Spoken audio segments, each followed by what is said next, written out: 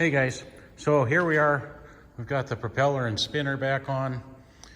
We've got the lower cowling back on, just temporary. We've sat the hood on also, just to make sure that everything is clearing and everything clears nicely. Here are our front air ducts, and this is where we have to have that rubber mounted so that we get a nice tight seal between the air inlet and the duct itself. And so we will take this back apart and take these ducts off, and then I will go where it's warm and get those rubber seals epoxied on and let them dry overnight, and then we'll be back.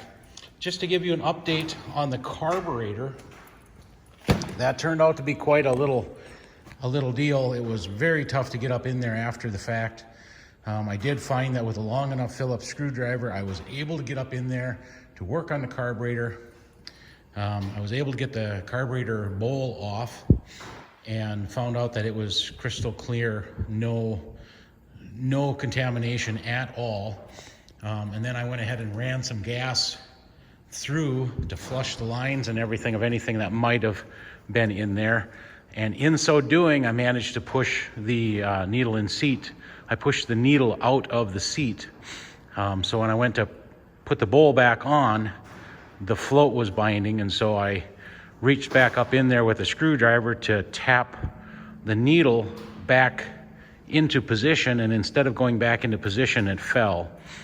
So then I had to find it, and got a long needle nose pliers up in there and tried to reassemble it. Could not reassemble it, so then I took the float off, and in taking the float off, the pin fell out.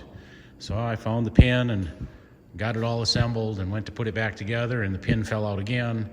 So I got it all cleaned up and reassembled again, got it back together, got the float bowl back on, and everything went together nicely. It was a very, very tight fit, and it was rough to get up in there, but it did work.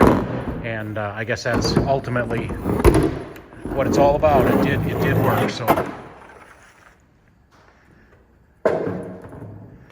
see if I can give you a quick picture here with one hand.